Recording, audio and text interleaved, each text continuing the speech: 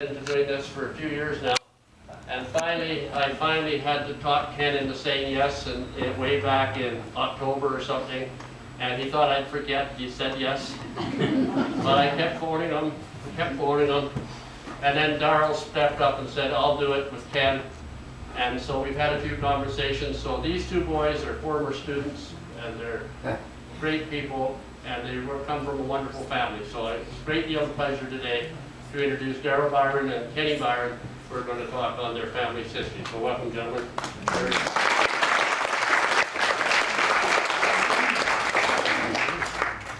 Thank you, Bob. Very nice introduction. Thank you. Bob did say this was going to be an interesting presentation. I don't know how he knows that. First thing he did was turn the lights out on me. Welcome, and I hope you enjoy this presentation. The presentation basically is on the Byron family when they hit Salt Spring Island. I didn't go back too far into England because we could probably be here until this time next year. It's a very large family. So, from when there's a little bit of history from when they left Saskatchewan. So I hope you enjoy this. The Byron family parents, Jesse and Elizabeth, and their 5 sons, Kenneth, Terrence, Howard, Colin, and Franklin, forever known as Mike, arrived on Salt Spring Island November the 17th, 1934. That will be 80 years ago this coming November. It also happened to be their wedding anniversary. They possessed very few belongings, having escaped the drought and depression of the prairies. They had few clothes and very little furniture. Their largest possession was a wood cook stove that Jesse had purchased in Vancouver, as he was unsure if they could purchase one on Salt Spring Island. They had lost most of their livestock due to drought and severe weather on their quarter section of land in Stockholm, Saskatchewan. Stockholm was a small farming community in southeastern Saskatchewan on the edge of the Qu'Appelle Valley. Jesse and Elizabeth had turned their farm over to a local businessman to sell and pay down their debts.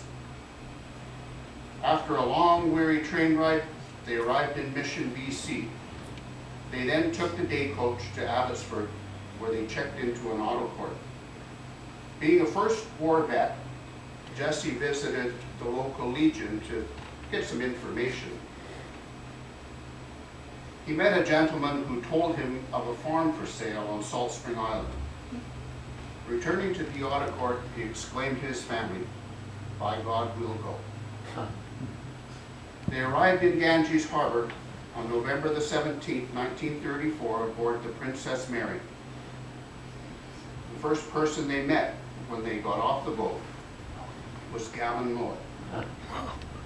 Both being first war veterans, Jesse and Gavin struck up a conversation. Jesse told Gavin about his plans to look at a farm that he'd heard was for sale. That would be the Hicks place, Gavin said. But that house is just a couple of chicken coops pulled together. No place to raise a family. I'll show it to you, but I'll show you a property on the North End Road with a house, a barn full of hay, and several outbuildings. The next day, November the 18th, Gavin showed the Byron family both places.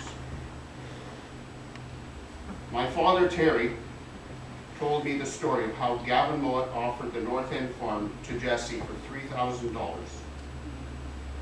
My grandfather exclaimed to Gavin that he didn't have $300, to which Gavin Mowat replied, "You take this farm for your family, Mr. Byron. You seem a very honest man to me. You pay me when you can." My grandfather Jesse would later tell others that he had more respect for Gavin Mowat than he did for King George VI. They chose the North End farm on Epron Road, where my Uncle Ken still lives today. The other farm, the Hicks place, is now the Malibu subdivision. Guy Cunningham moved the Byrons and their belongings to the farm on November the 19th, 1934, and life began at the farm named Woodruffy, named after a roughly wooded area that they knew in England.